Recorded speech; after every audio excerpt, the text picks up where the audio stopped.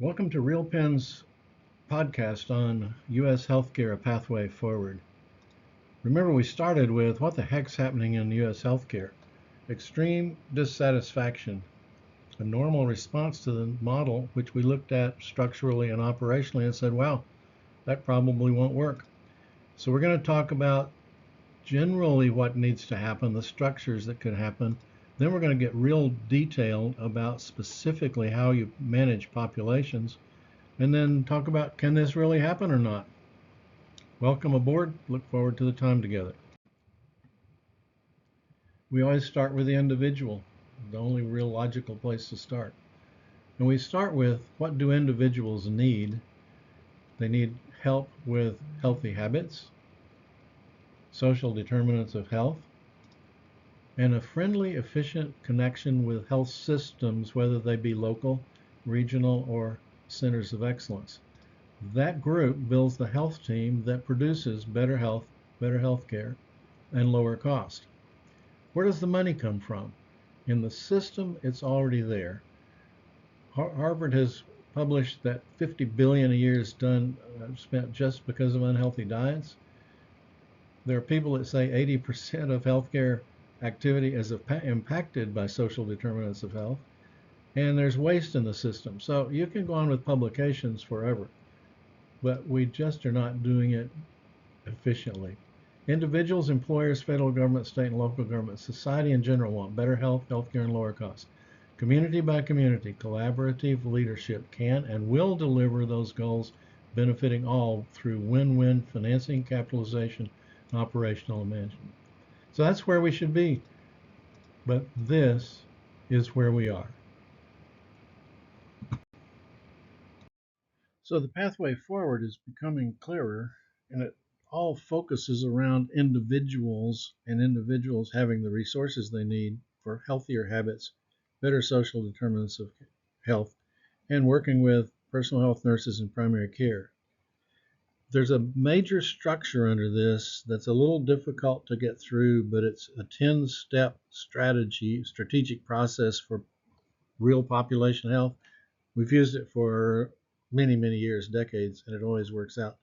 It's complicated enough that what I'm going to do is go through it smoothly, rapidly through the 10 and not delve into them too much because it bogs down. They're all available in the writings and, of course, in the operating manual. It's on Amazon. Number one is membership, which means you've got to know in the plan who's in the plan. Plan design is of nominal use because all of the large claims go through the 100%. Finance budgeting and reporting is really critical, and most people don't take care of it. They don't really have a way to post back to know how well the plan is running compared to what they set out to do. Data management, claims data is magic. Coupled with the front end stuff from the nurses, just gives you amazing control. Health improvement and safety. The personal health nurse fits in that number 5 spot and is the pivotal part of that. And nurses are getting to where they can actually run the meetings and run the management of the plan. Direct relationship management, can't overemphasize it.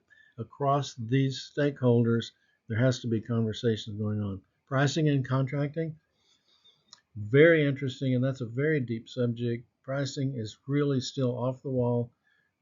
Employers and others are paying anywhere from 3 times to 10 times Medicare for their services. Risk management, the people on the left can't really dodge the risk, in my opinion. They can't push it anywhere, it's theirs. And the stakeholder number 5, health systems, have unique risks that I think capitation is probably a risk mitigator. And administration, somebody's got to run all this and pay it all, and it's got to be well in compliance. So that completes the quick run through of the 10 ways to strategically manage a population. In conclusion, about the path forward, can it really happen? There are a couple of glaring realities. In view of the U.S. demographics, change must happen. And real population has repeatedly happened and continues to happen in specific communities who address the desperate need for change. So economic forces, demographic forces are going to force our hand. The communities who are creative in approaching it and innovative are going to win. Parting shots on the way out. You mix the national debt along with the rapidly expanding senior and underserved populations, you get the picture. There are those who project that our senior population in the U.S. is an unfunded liability of $75 trillion. Craziness. And it takes committed, competent, tireless community leadership.